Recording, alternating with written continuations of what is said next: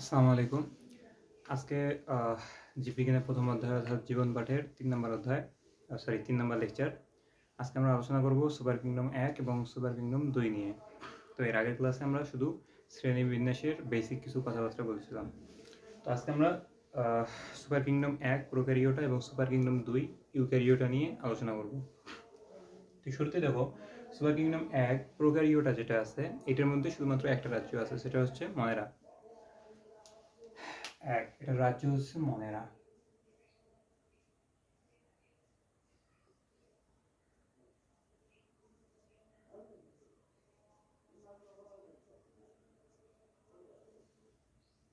মনেরা।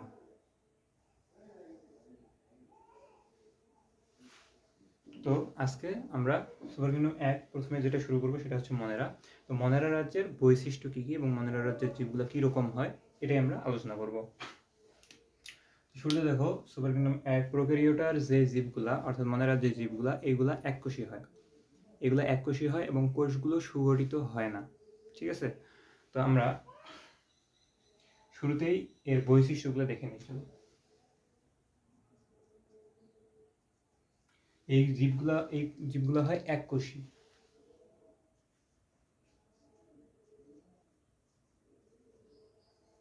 অর্থাৎ একটা মাত্র কোষ দিয়ে এদের দেহ গঠিত হয়।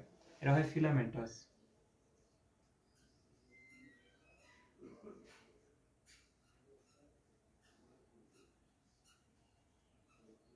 ফিলামেন্টাস এবং কলোনিয়াল।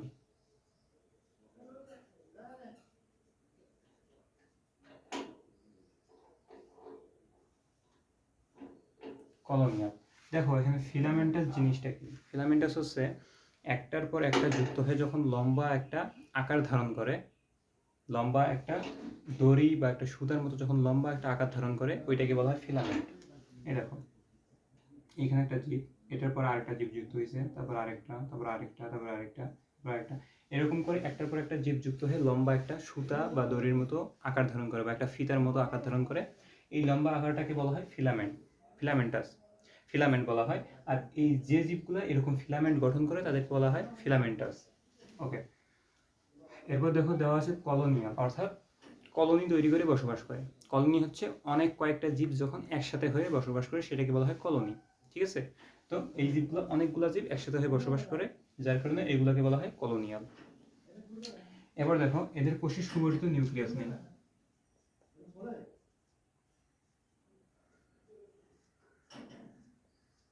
সুগঠিত নিউক্লিয়াস নেই।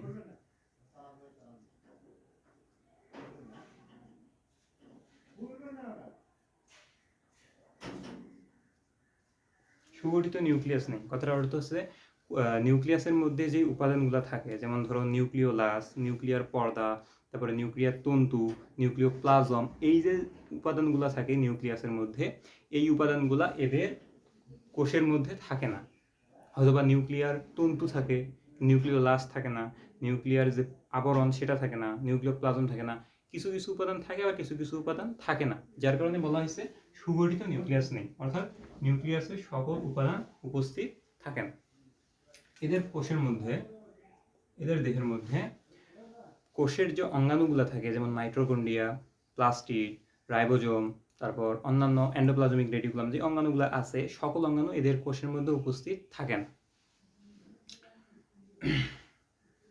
আচ্ছা, এদের কোষের মধ্যে রাইবোজোম উপস্থিত থাকে শুধুমাত্র।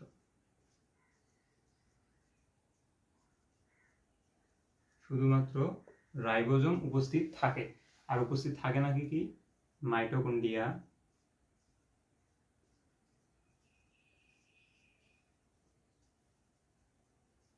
প্লাস্টিড,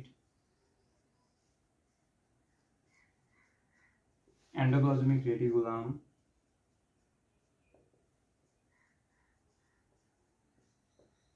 ইত্যাদি কোষের যে অন্যান্য অঙ্গাণুগুলো আছে এইগুলা থাকে না, শুধুমাত্র রাইবোজোম উপস্থিত থাকে। তো এদের প্রথম থেকে দেখো, এদের কোষটা হয় এককোষী, অর্থাৎ একটা মাত্র কোষ দিয়ে এদের দেহ গঠিত হয়। কোষের এরা হয় ফিলামেন্টাস, অর্থাৎ একটার পর একটা যুক্ত হয়ে লম্বা ফিতার মতো আকার ধারণ করে, এটাকে বলা হয় ফিলামেন্টাস। কলোনিয়াল কি? অনেকগুলো একসাথে হয়ে বসবাস করে। এই সুগঠিত নিউক্লিয়াস নেই। তার মানে নিউক্লিয়াসের মধ্যে যে মাইটোকন্ড্রিয়া, প্লাস্টিড, এন্ডোপ্লাজমিক রেটিকুলাম, অন্যান্য কোষের নিউক্লিয়াসের মধ্যে যে উপাদানগুলো যেমন নিউক্লিয় লাশ, নিউক্লিয়ার তন্তু, নিউক্লিওপ্লাজম, নিউক্লিয়ার আবরণী ইত্যাদি যে অংশগুলো আছে এগুলা নিউক্লিয়াসে থাকে না, নিউক্লিয়াসটা সুগঠিত হয় না। এরপর রাইবোজোম কোষের মধ্যে উপস্থিত থাকে এবং বাকি যে উপাদানগুলো আছে কোষে মাইটোকন্ড্রিয়া, প্লাস্টিড, এন্ডোপ্লাজমিক রেটিকুলাম ইত্যাদি ইত্যাদি যে অঙ্গাণুগুলো আছে কোষের সেইগুলো উপস্থিত থাকে না। আচ্ছা, এরপর এরা দ্বিবিভাজন প্রক্রিয়ায় বংশবৃদ্ধি করে।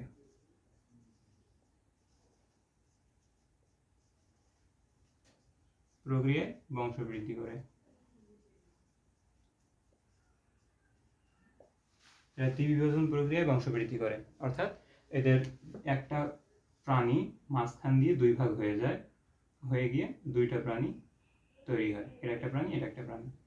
প্রথমে ছিল একটা প্রাণী, মাঝখান দিয়ে দুই ভাগ হয়ে গিয়ে দুইটা প্রাণী তৈরি হলো। এটা হচ্ছে দ্বিবিভাজন প্রক্রিয়া। তো এটা সম্পর্কে আমরা সামনে পড়াশোনা আছে। তো এই দ্বিবিভাজন প্রক্রিয়ায় এই প্রাণীগুলা বংশবৃদ্ধি করে থাকে। আচ্ছা, এরা খাদ্য গ্রহণ মূলত শোষণ পদ্ধতিতে করে থাকে। শোষণ প্রক্রিয়ায় খাদ্য গ্রহণ করে।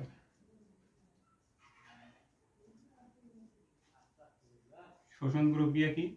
শোষণ হচ্ছে কোনো কিছু শুষে নেয়। আমরা যেমন পানি খাই বা জুস খাওয়ার সময় যেরকম শুষে নেই, সেরকম প্রক্রিয়ায় এরা খাদ্য গ্রহণ করে থাকে।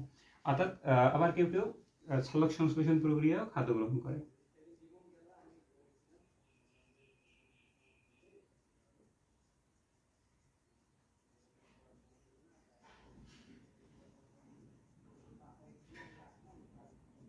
সালোক সংশ্লেষণের মাধ্যমেও খাদ্য গ্রহণ করে থাকে, খাদ্য তৈরি করে সেটাকেই নিজের শরীরে ব্যবহার করে থাকে। তো এই হচ্ছে তোমাদের মনেরা রাজ্যের বৈশিষ্ট্য।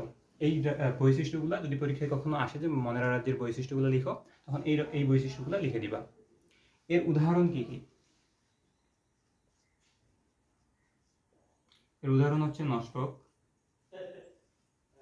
নষ্টক বা নীলাভ সবুজ শৈবাল, নীলাভ সবুজ শৈবাল। এটা হচ্ছে বাংলা, এটা হচ্ছে ইংলিশ। তো এই বইয়ে তোমরা নষ্টকের বা নীলাভ সবুজ শৈবালের চিত্র দেখতে পাবা। আরো এখানে তোমার অন্যান্য জীব আছে, যেমন ধরো তোমার ব্যাকটেরিয়া,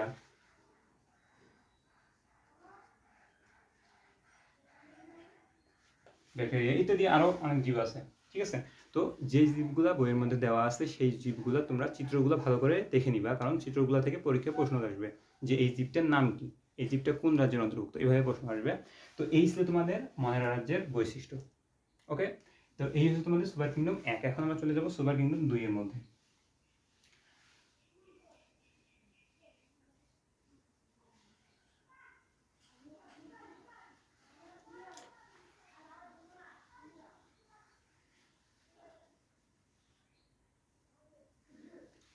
আচ্ছা, এটা ছিল তোমাদের সুপার কিংডম 1। এখন আমরা সুপার কিংডম 2 এর মধ্যে বাকি যে 4টা রাজ্য আছে সেগুলো দেখব। Super kingdom 2, Eukaryota.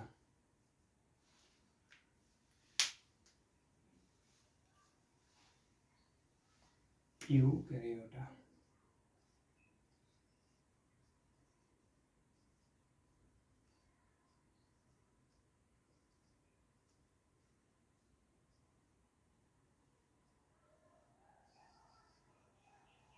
ইউক্যারিওটা। তো সুপার কিংডম 1 এ শুধুমাত্র একটা রাজ্যই ছিল, তার নাম হচ্ছে মনেরা। সুপার কিংডম 2 এর মধ্যে বাকি 4টা রাজ্য আছে, প্রোটিস্টা, ফানজাই, প্লান্টি এবং এনিমেলিয়া। তো এখন আমরা সেই 4টা রাজ্য নিয়ে আলোচনা করব। শুরুতে আমরা কি নিয়ে আলোচনা করব? শুরুতে রাজ্য 2, প্রোটিস্টা।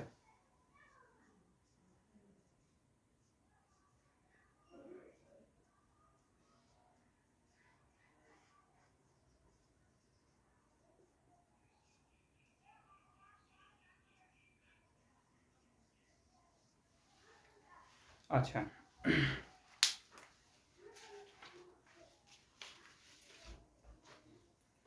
আচ্ছা, রাজ্য 2 প্রোটিস্টার মধ্যে রাজ্য 2 এর যে জীবগুলো আছে এরা এককোষীয় হতে পারে, বহুকোষীয় হতে পারে, একসাথে অনেকগুলো বসবাস করতে পারে, আবার একজন একজন করেও বসবাস করতে পারে, একজনও থাকতে পারে, আবার ফিলামেন্ট গঠন করেও থাকতে পারে।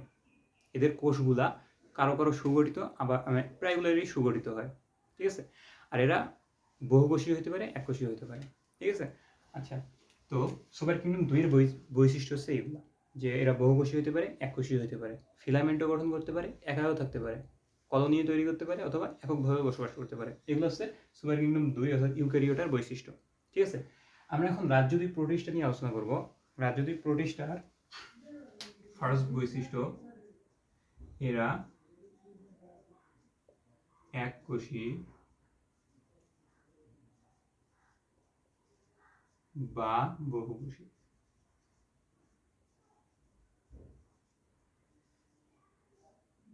বা বহুকোষী, এরা এককোষীয় হয়, বহুকোষীয় হয়, একক বা কলোনিয়াল।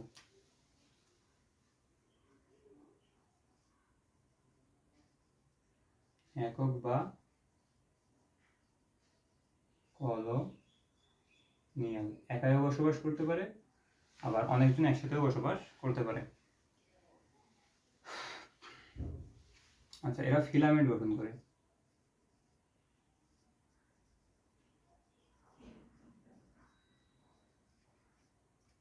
ফিলামেন্ট গঠন করে। ফিলামেন্ট কি? ওই যে যেটা বললাম, একটার পর একটা যুক্ত হয়ে লম্বা ফিতা বা সুতা বা দড়ির মতো গঠন যে চলে দেয়, ওইটাই হচ্ছে তোমার ফিলামেন্ট। তো এরা ফিলামেন্ট গঠন করতে পারে। ঠিক আছে। আচ্ছা, এদের সুগঠিত নিউক্লিয়াস আছে।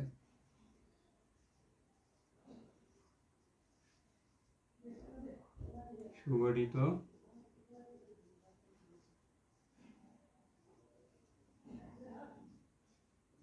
নিউক্লিয়াস আছে। টিক দিলাম মানে কি? আছে। ঠিক আছে।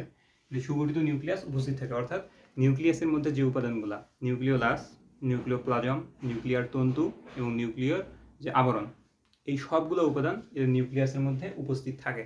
এটা হচ্ছে সুগঠিত নিউক্লিয়াস। ঠিক আছে।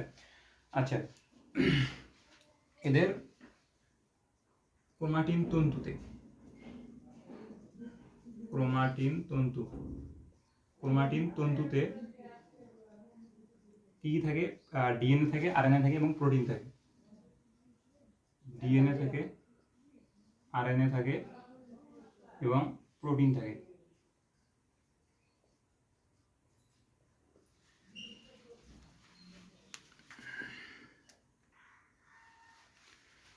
আচ্ছা, এদের তাহলে ক্রোমাটিন তন্তুর মধ্যে ডিএনএ, আরএনএ এবং প্রোটিন থাকে। ক্রোমাটিন তন্তু কোনগুলা? ক্রোমাটিন তন্তু হচ্ছে নিউক্লিয়াসের ভিতরে যে আঁকাবাঁকা সুতার মতো কিছু অংশ দেখতে পাইছো। তোমরা যদি কেউ নিউক্লিয়াসের চিত্র কেউ দেখে থাকো, সেখানে দেখবা আঁকাবাঁকা কিছু সুতার মতো অংশ আছে, এগুলো হচ্ছে ক্রোমাটিন তন্তু। ঠিক আছে। তো এগুলো নিউক্লিয়ার তন্তু বলতে পারো, ক্রোমাটিন তন্তু বলতে পারো, আরো অনেক নাম আছে। তো এইগুলোর মধ্যে ডিএনএ থাকে, আরএনএ থাকে, আর কি থাকে? প্রোটিন থাকে। ঠিক আছে। কোষে সকল অঙ্গাণু উপস্থিত থাকে। কোষে সকল অঙ্গাণু উপস্থিত থাকে।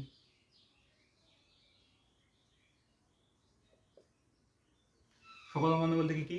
Plastid, mitochondria, endoplasmic reticulum, ribosome ইত্যাদি ইত্যাদি যে অঙ্গাণুগুলো আছে, এই সকল অঙ্গাণুগুলো এদের কোষের মধ্যে উপস্থিত থাকে। ঠিক আছে।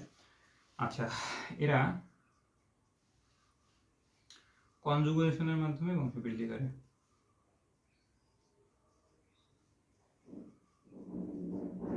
এটার মাধ্যমে বংশবৃদ্ধি করে।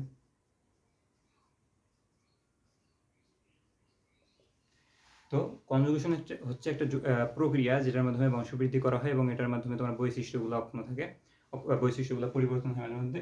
তো এটা কনজুগেশনের একটা তোমার বংশবৃদ্ধির প্রক্রিয়া, যেটা তোমরা উপরের ক্লাসগুলোতে পড়তে পারবা।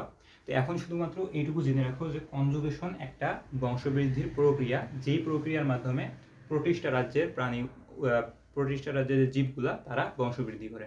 ঠিক আছে। আচ্ছা, আর এরা মূলত জলজ হয়, এখানে লিখে দিতেছি, জলজ হয়, অর্থাৎ এই প্রোটিস্টার যে প্রাণীগুলো আছে এরা মূলত জলের মধ্যে বসবাস করে। ঠিক আছে। আচ্ছা, তো এই প্রাণীগুলার উদাহরণ হবে অ্যামিবা, প্যারামেসিয়াম,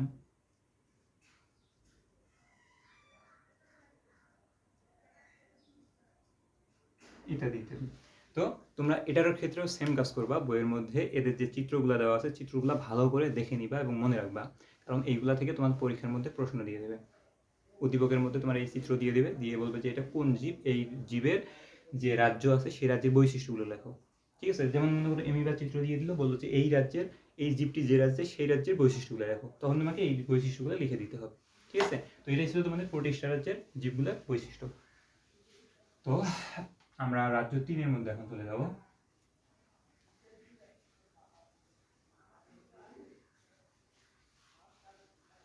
রাজ্য 3,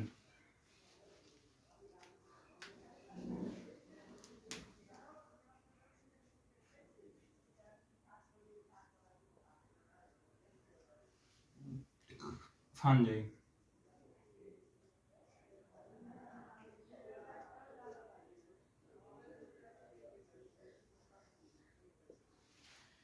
ফানজাই, তোমরা একটা জিনিস লক্ষ্য করো, এমিবা না, মনেরা এবং প্রোটিস্টা যে জীবগুলো ছিল এরা কিন্তু একে অপরের বিপরীত ছিল।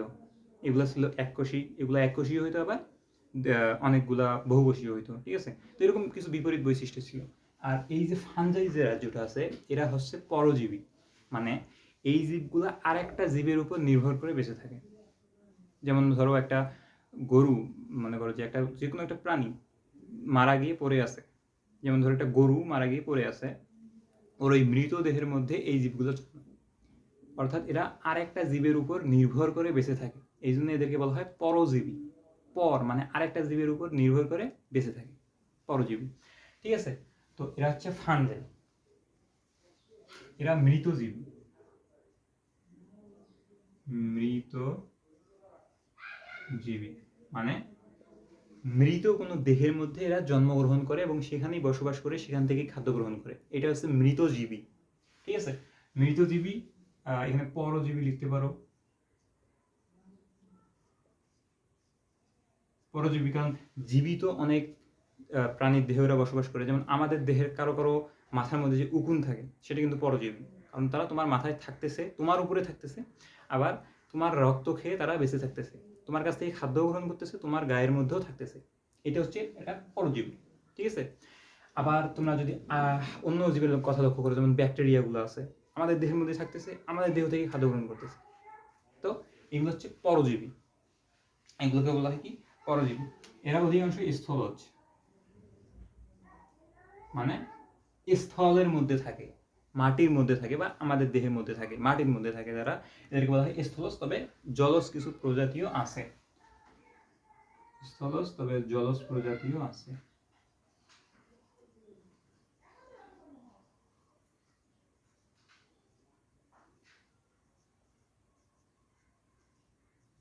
জলজ প্রজাতিও আছে। আচ্ছা, এদের কোষের মধ্যে এই যে প্লাস্টিড, তোমার প্লাস্টিড, মাইটোকন্ড্রিয়া এবং রাইবোজোম এগুলো উপস্থিত থাকে।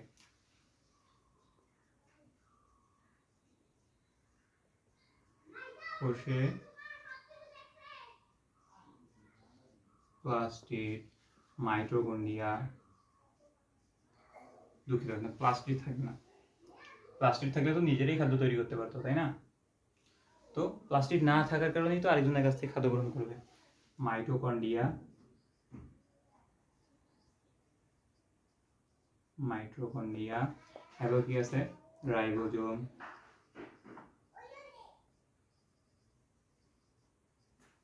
রাইবোজোম, এন্ডোপ্লাজমিক রেটিকুলাম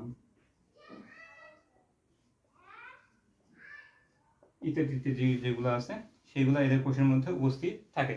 ঠিক আছে, আচ্ছা, ও এদের মধ্যে কিছু জীব আছে যারা আরেকজনের দেহ থেকে খাদ্য গ্রহণ করে, আবার কিছু জীব আছে যারা নিজেরাও খাদ্য তৈরি করতে পারে, আরেকজনের দেহ থেকেও গ্রহণ করে, নিজেরাও আবার খাদ্য তৈরি করতে পারে। তো নিজেরা খাদ্য তৈরি করতে পারলে এদের দেহে কিন্তু প্লাস্টিড থাকবে, প্লাস্টিড থাকবে, কারণ ওই যে কিছু কিছু আছে যারা নিজেরাও খাদ্য তৈরি করতে পারে, আবার আরেকজনের দেহ থেকেও খাদ্য গ্রহণ করে, আবার কিছু আছে শুধুমাত্র আরেকজনের দেহ থেকে খাদ্য গ্রহণ করে, নিজেরা খাদ্য গ্রহণ করতে পারে না। ঠিক আছে, আচ্ছা, এদের দেহের মধ্যে এদের হচ্ছে যে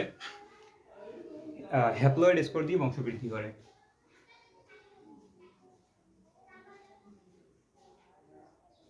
হ্যাপ্লয়েড স্পর, এন এটা হ্যাপ্লয়েড স্পর দিয়ে বংশবৃদ্ধি করে। হ্যাপ্লয়েড স্পর হচ্ছে এন সংখ্যক ক্রোমোজোম বিশিষ্ট যারা হয়। এন সংখ্যক ক্রোমোজোম মানে অর্ধেক ক্রোমোজোম, অর্থাৎ আমাদের, আচ্ছা এগুলো তোমাদের সামনে যে 3 নম্বর অধ্যায় আছে এখানে কিন্তু বিস্তারিত আছে।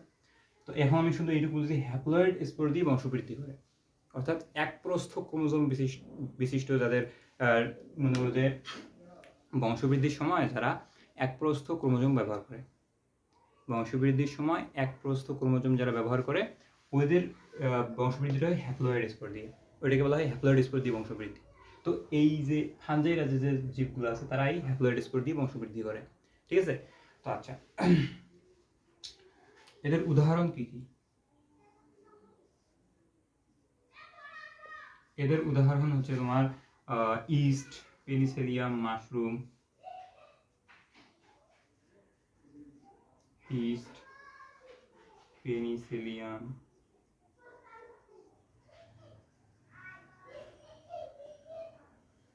মাশরুম ইত্যাদি ইত্যাদি। তোমাদের এই যে মাশরুম, এটা হচ্ছে মোস্ট ইম্পর্টেন্ট, কারণ এই মাশরুম থেকে প্রশ্ন খুব বেশি দেয়। মাশরুম কি, এমসিকিউতে দিয়ে দেবে মাশরুম কি, নিচে দিয়ে দেবে পরজীবী নাকি স্বভোজী নাকি কি, এগুলো দিয়ে দেবে, ঠিক আছে। তো এরা পরজীবী হয়, ঠিক আছে। তো মাশরুম তোমাদের এই ফাঞ্জাই রাজ্যের অন্তর্ভুক্ত। আচ্ছা,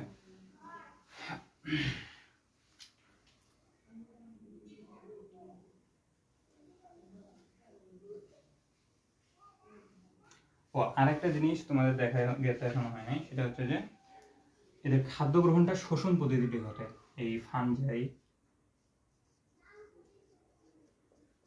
এদের খাদ্য গ্রহণটা শোষণ পদ্ধতিতে ঘটে,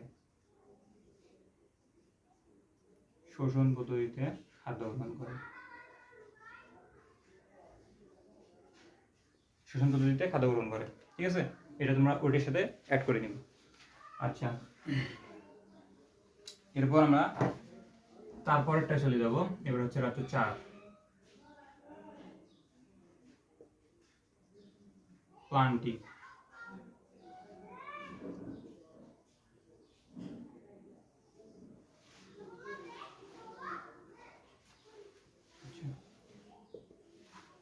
প্লান্টি হচ্ছে সবুজ উদ্ভিদ, অর্থাৎ গাছ, গাছ যেগুলো আছে আমাদের চারপাশে, যেগুলো গাছ দেখতে পাই, ডালপালা আছে, পাতা আছে, এগুলো হচ্ছে গাছ। তো এই গাছগুলো হচ্ছে প্লান্টি রাজ্যের অন্তর্ভুক্ত, অর্থাৎ প্লান্টি রাজ্যের মধ্যে সকল গাছ, পৃথিবীতে যত গাছ আছে, সবুজ উদ্ভিদ আছে, এদেরকেই প্লান্টি রাজ্যের মধ্যে রাখা হয়, ঠিক আছে। আচ্ছা, তো আমরা শুরুতে যে বৈশিষ্ট্য লিখবো, এরা নিউক্লিয়াস বিশিষ্ট,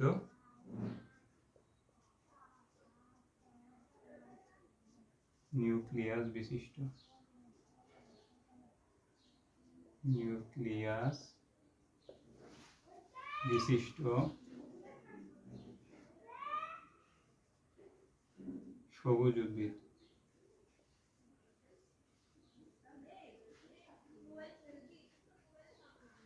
এরা প্রকৃত নিউক্লিয়াস বিশিষ্ট সবুজ উদ্ভিদ, অর্থাৎ এদের নিউক্লিয়াসগুলো সুগঠিত হয় এবং এদের নিউক্লিয়াসের মধ্যে নিউক্লিয়াস সুগঠিত হয় এবং এদের কোষের মধ্যে কিন্তু তোমার এই প্লাস্টিক জিনিসটা উপস্থিত থাকে। আর এই প্লাস্টিক জিনিসটা থাকার কারণে এরা নিজের খাদ্য নিজেরাই তৈরি করতে পারে, ঠিক আছে। এর খাদ্যের জন্য অন্য কারো উপর নির্ভর করে না। আচ্ছা, এর দেহের মধ্যে উন্নত টিস্যুতন্ত্র বিদ্যমান, উন্নত টিস্যুতন্ত্র বিদ্যমান থাকে, ঠিক আছে। এর দেহের মধ্যে উন্নত টিস্যুতন্ত্র থাকে, অর্থাৎ কয়েকটা কোষ নিয়ে যে টিস্যু গঠন করে, এদের দেহের মধ্যে এরকম টিস্যু আছে এবং এই টিস্যুগুলো উন্নত হয়ে থাকে। তো সেটা আমরা যখন কোষ এবং টিস্যু করবো 2 নম্বর অধ্যায়ে, অথবা 2 নম্বর অধ্যায়ে তোমাদের এখন পড়ানো হবে না, একটু লেট হবে। তো সেই সময় তোমরা দেখতে পাবা যে এদের যে টিস্যুগুলো আছে, টিস্যুগুলো হয় উন্নত, ঠিক আছে। আচ্ছা, এদের ভ্রূণ তৈরি হয়,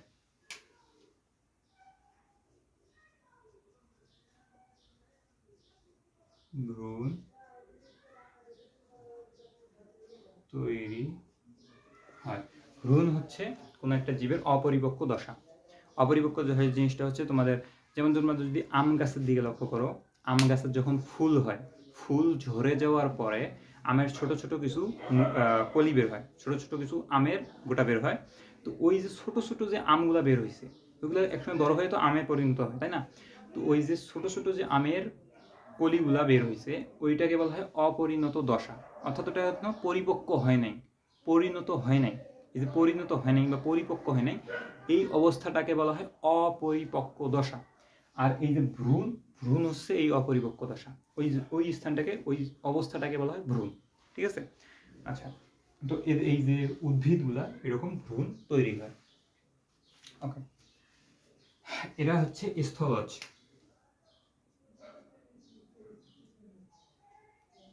স্থলজ অর্থাৎ আমাদের চারপাশে গাছ দেখতে পাই অনেক, এরা সবাই মাটিতে থাকে, এরা হয় স্থলজ। এবং জলজও আছে,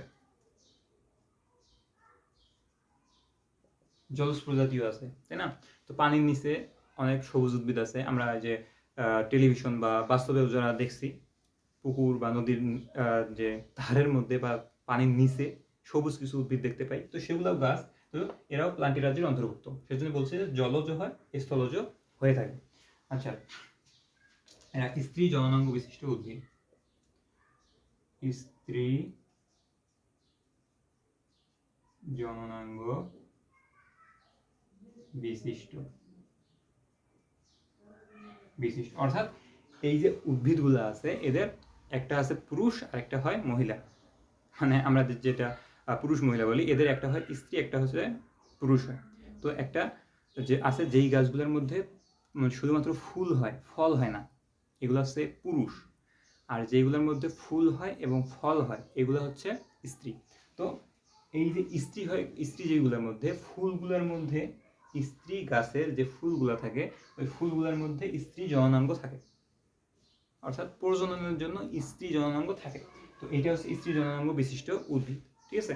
আচ্ছা, এরা হয় সপুষ্পক।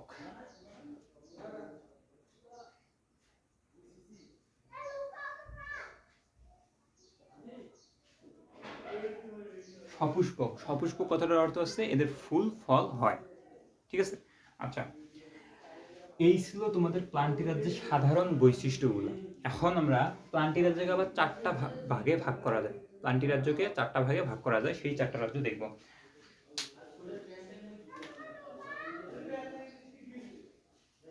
প্লান্টি রাজ্যকে এখন চারটা রাজ্যে ভাগ করব।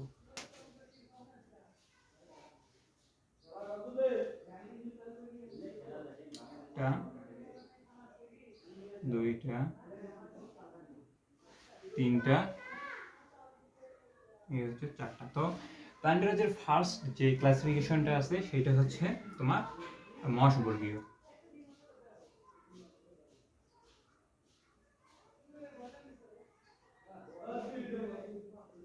মশবর্গীয়, মশবর্গীয় যেই উদ্ভিদগুলো আছে এদের কাণ্ড হয়, পাতা হয়, কিন্তু মূল হয় না।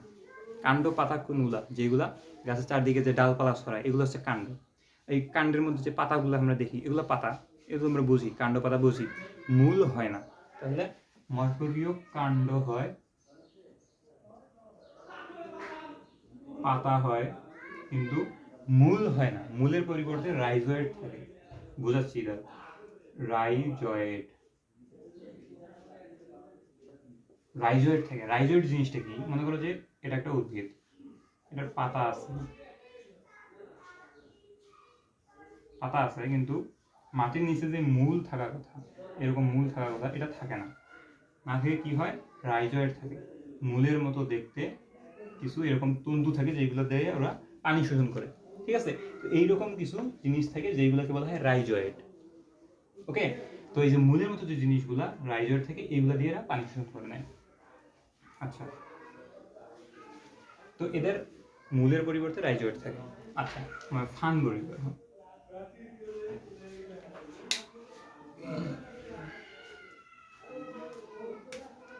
ফান বর্গীয়।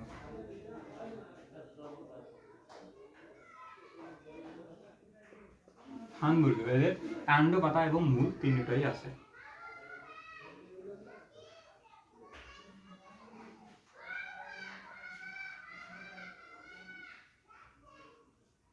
তিনটাই থাকে, কাণ্ডও আছে, পাতাও আছে এবং মূলও আছে। আশা করি এটা বুঝাইতে হবে না, কারণ কাণ্ড, পাতা, মূল তিনটাই চিনি। তো যে উদ্ভিদগুলো কাণ্ড পাতা মূল সবগুলোই আছে এরা ফার্নবর্গীয়। এবার হচ্ছে নগ্নবীজি।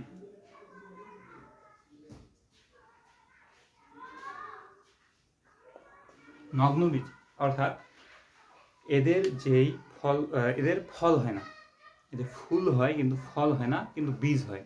ফল হয় না ঠিকই কিন্তু বীজ হয়। বীজ কোনটা?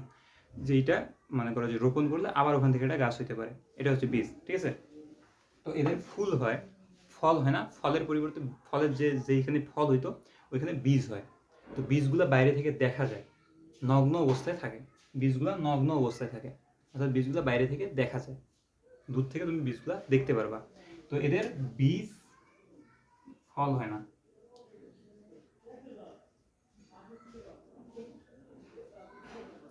ফল হয় না, বীজ নগ্ন থাকে।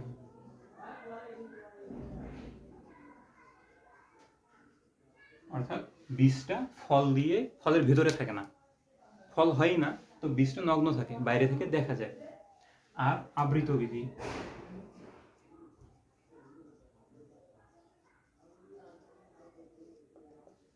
আবৃতবীজি হচ্ছে এদের ফুল হয়, ফল হয় এবং বীজটা কই থাকে? ফলের ভিতরে থাকে। যেমন আমের ফল বীজটা ফলের ভিতরে থাকে, তাহলে বাইরে থেকে তুমি আমের বাহিরের আবরণটা দেখতে পারবা, কিন্তু ভিতরে বীজটা দেখতে পারবা না। এই যে বাইরে থেকে দেখতে পারতেছো না, আবৃত করে রাখছে, এটা হচ্ছে আবৃত বীজ। ফল হয় আর বীজ আবৃত থাকে, বীজ আবৃত থাকে, অর্থাৎ বীজটা ফল দিয়ে ঢাকা থাকে, যার কারণে বাইরে থেকে বীজটা দেখা যায় না। আর যেটার ফল নাই, বীজটা নগ্ন থাকে, ডালের মধ্যে বীজটা লেগে থাকে, বাইরে থেকে দেখা যায়, এটা হচ্ছে নগ্নবীজি। ওকে, তো এই যেটা হচ্ছে তোমাদের প্লান্টিরাজ্যের ক্লাসিফিকেশন। এখন আমরা চলে যাবো এনিমেলিয়ার মধ্যে।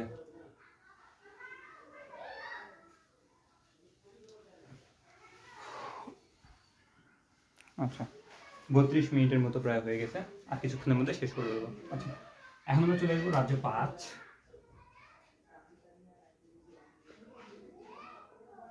আর এনিমেলিয়া।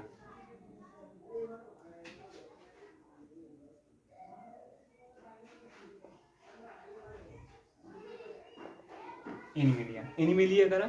প্রাণী যেগুলো আছে, বহুকোষী যেগুলো প্রাণী আছে, এরাই হচ্ছে এনিমেলিয়া। অর্থাৎ আমরা আমাদের আশেপাশে যেইগুলো আমরা গৃহপালিত পশু, তারপর অন্যান্য যে বহুকোষী যেগুলো আছে বড় বড় প্রাণী, এইগুলো হচ্ছে এনিমেলিয়া রাজ্যের অন্তর্ভুক্ত। তাহলে এরা হয় বহুকোষী।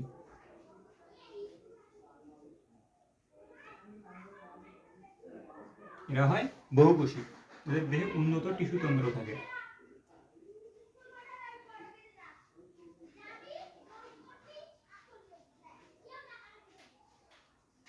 টিস্যুতন্ত্র থাকে, এদের কোষের মধ্যে সকল অঙ্গাণুগুলো উপস্থিত থাকে।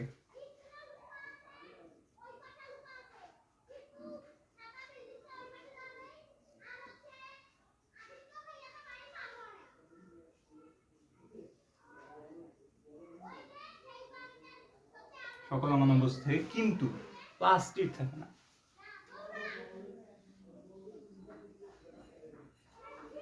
প্লাস্টিড থাকে না।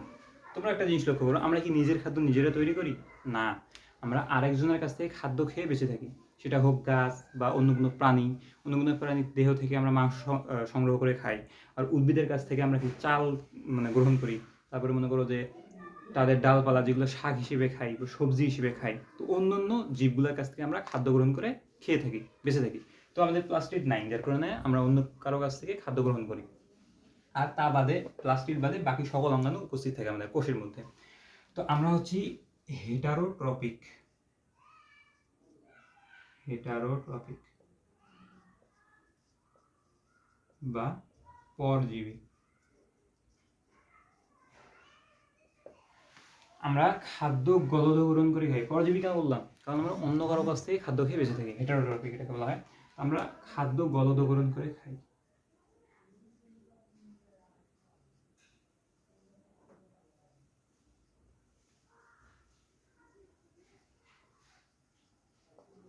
খাদ্য গলদগ্রহণ করে খাই মানে আমরা কোনো খাদ্য গিলে খাই, গলাটা পাসিং হয়ে আমাদের খাদ্যটা খাইতে হয়, এটা হচ্ছে গলদকরণ করা, অর্থাৎ গলা দিয়ে গিলে খাওয়া।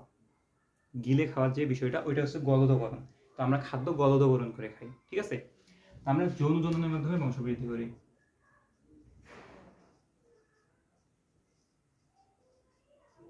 যৌন জননের মাধ্যমে বংশবৃদ্ধি করি। ওকে, যৌন জনন কি সেটা কিন্তু আমরা এই যে নবম অধ্যায়ে যৌন জনন যখন পড়বো জনন সম্পর্কে তখন বুঝবো। যৌন জনন হচ্ছে বিপরীত লিঙ্গের দুইটা প্রাণীর মিলনের মাধ্যমে যে জনন সম্পন্ন হয় সেটাই হচ্ছে যৌন জনন। তো যৌন জননের মাধ্যমে বংশবৃদ্ধি করে থাকি, এবং আমাদের যেই বহুকোষী জীবগুলো আছে, বহুকোষী প্রাণীগুলো আছে, তারা এই যৌন জননের মাধ্যমে বংশবৃদ্ধি করে থাকে। ওকে, আচ্ছা আচ্ছা আমাদের কিছু আমাদের কিছু তন্ত্র বিদ্যমান, যেমন পরিপাক তন্ত্র,